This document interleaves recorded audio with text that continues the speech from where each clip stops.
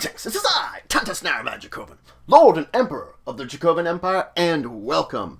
It is time to continue my discussion on the Shadowrun role-playing game system. Well, when we last left off, we were diving into security. Let's continue diving into it, because this is the most important thing you're going to be facing next to, well, the guy that might shoot you. Alright, let's talk about scanners. Because scanners are basically an active way of searching for some kind of target. And when they find what they are searching for, the alarm sounds, and, well, you're in trouble. There's olfactory scanners, which basically are sniffing around for some type of particle within the air. It's a lot like how we smell and get particles into our nose and then realize what they are. It gets certain types of particles, and when it detects these type of particles, sounds the alarm. Now, these type of particles can be things like residual result of gunfire or explosions. It will use its own rating against a threshold of 2 traditionally. There are things that could sort of hide this, and then it might be a threshold of 3 that it's going against. There is also, of course, pheromone sensors. These are much less common, but basically detect the odoo metahuman that you leave off, that all metahumans leave off. It's effectively used to detect metahumans, and it is very effective for detecting individuals able to hide many of their other signatures. Again, this is a more uncommon one. This one will not only tell the type of metatype you are, it can identify what type of gender you are. It does not identify individuals, though. It basically says, there are metahumans there. It's these type of metahumans, these gender of metahumans. That's about it. So it does give a decent amount of information. Once again, it will use its own rating versus a threshold, this time of 3, to detect you. Now, a magnetic anomaly detector detects metal. This is usually used to figure out if someone's got a concealed weapon or object on them that they're not supposed to bring into an area. It's basically a futuristic version of a metal detector. That's exactly what it is. Now, the thing is, the threshold for its rating test will depend on the type of metal. If it's a ferrous metal, aka an iron-based metal, it only needs 1 success in order to detect it. Other metals, less? Or other metals, more? But still, it can detect most types of metals. If you're using something that is not metal, it's not going to detect it. It can only detect metal. That's the point of it. A millimeter detection wave is effectively used to scan for small little energy signatures of cyberware and certain types of concealed objects. That's exactly what it scans for. And this is good for piercing things like clothing and such. It goes through multiple layers of protection that you may have to basically cover over yourself in the general in order to hide some of this stuff. It can go through those. And the DC to detect that cyberware or device will be dependent on a special chart that is provided within the book. So you're going to look at that for the entire threshold that you're going to have to get, and it will roll its scanner rating against that in order to detect your cyberware. One of the more important things to say is the better grade of cyberware you have, the harder it is for it to detect it. Now, there's always been a case and always been a need for something to effectively be shut out, that you have it locked and unable to open it for a period of time, that you've sealed it off. That's where, well, locks come in. Now, the traditional, like, tumblers and keys of the past, they're very uncommon now. A lot of more technological-based security is being used, though there are some people that still use them because, for one thing, it's cheap. Another thing, nostalgia. There's a lot of reasons that someone might still use the good old key and lock. It's just that it's gone mostly by the wayside. This isn't to say that you won't encounter it, and then you will have to overcome it in the course of your runs. You will require an agility plus locksmith extended test that takes you a combat turn with a variable DC depending on the difficulty of the lock. An auto picker will grant you a bonus equal to its dice pool in order to do this. Basically, it's speeding up the picking process. Now, there's also the possibility for a system in which the turning of the key creates an electrical circuit. Effectively hints that this is the correct key in this situation. It allows things to understand what's going on. This is another level of security that matches with this that could possibly be included in on this. Now, this could be the only thing itself that you're trying to create this circuit in order to open the door, or you could use this technically with the more old tumbler and turn technique. Regardless, if it is the electronic system, you need some kind of electronic kit in order to overcome it. It's a whole new level that you have to overcome. You need to overcome a hardware plus logic rating, locks rating, and to overcome this, the fact is that you will need to possibly do this and the lock at the same time if it has both a normal lock and this circuit.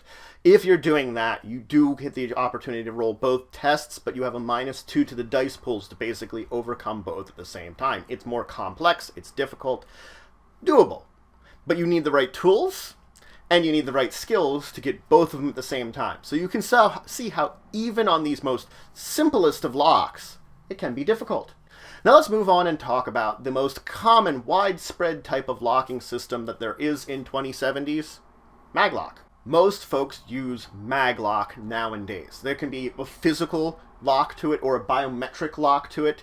Oftentimes these are wired or wireless. The thing is, most of the time the Maglocks are patrolled by security hackers. So you can see, however, we were like, oh, okay, I could maybe hack into this. Well, I have to worry about security hackers then noticing. And all Maglocks and most Maglocks log in information about their usage. Basically, who opened them, and then the date and time that they were opened. These are important bits of information that could be looked at in the past and basically able to detect that you were there in the first place. So if you're trying to go in undetected and unnoticed, you might have to spoof that even, which is another level of difficulty to overcome this lock. Now regardless, if I'm going to interfere with this thing, maybe not hacking, but by physically interfering with it, I have to open up the case to it. This requires a hardware plus logic extended test with a threshold of a rating twice that of the Maglock's rating. That takes 1 combat turn. Should for whatever reason I fail or have to be interrupted, I could smash open the casing or I could shoot open the casing.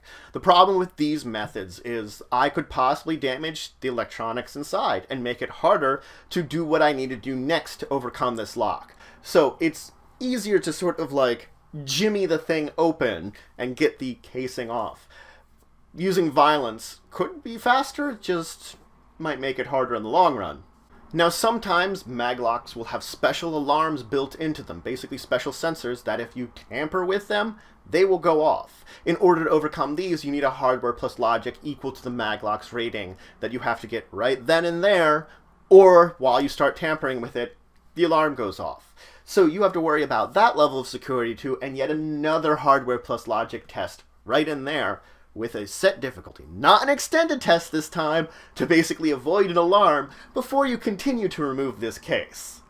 Now, one of the more common ways, of course, is with a keypad and a code. If you have the code, you can just enter it.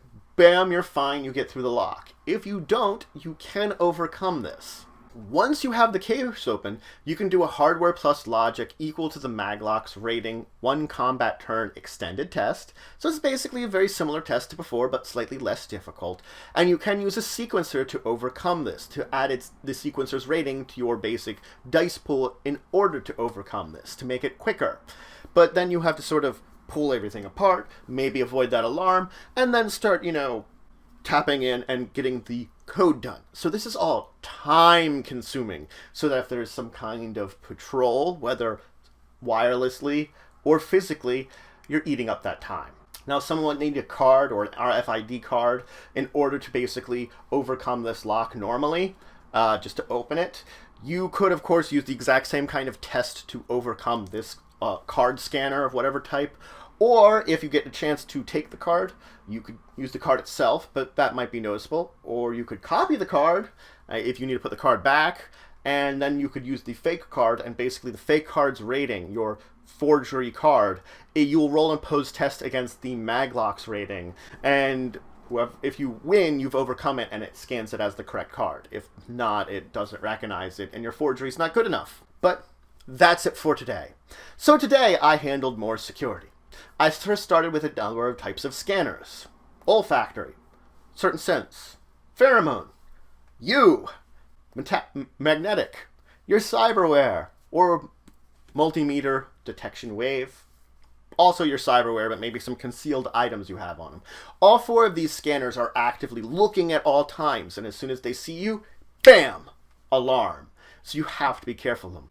I, of course, talked about the least common thing you're going to face, locks. But there might be locks out there that you have to overcome, and yes, they seem so simple and primitive, but they're still there. And they really are. If you have the right training, they're a snap to overcome, so to say. But your group might not have the training anymore because guess what? It's not as common. And then I dove into maglocks and talking about overcoming them. In the next episode, we are going to finish up with maglocks by talking about biometrics. And then we'll talk about more on security, because there's a bunch more on security that we still have to handle. We are almost on security, and we might finish up next time. We'll see. But if you have any questions, comments, anything you would say, anything you think I left out, please leave in the comments below. Please like, share, and subscribe. It shows you for the channel, the empire, the work I do. If you want to show some extra support, you can always check out my Patreon, link description below. There's some great rewards there. It helps to grow and improve the channel and the empire. But regardless, until the next time, I bid you farewell.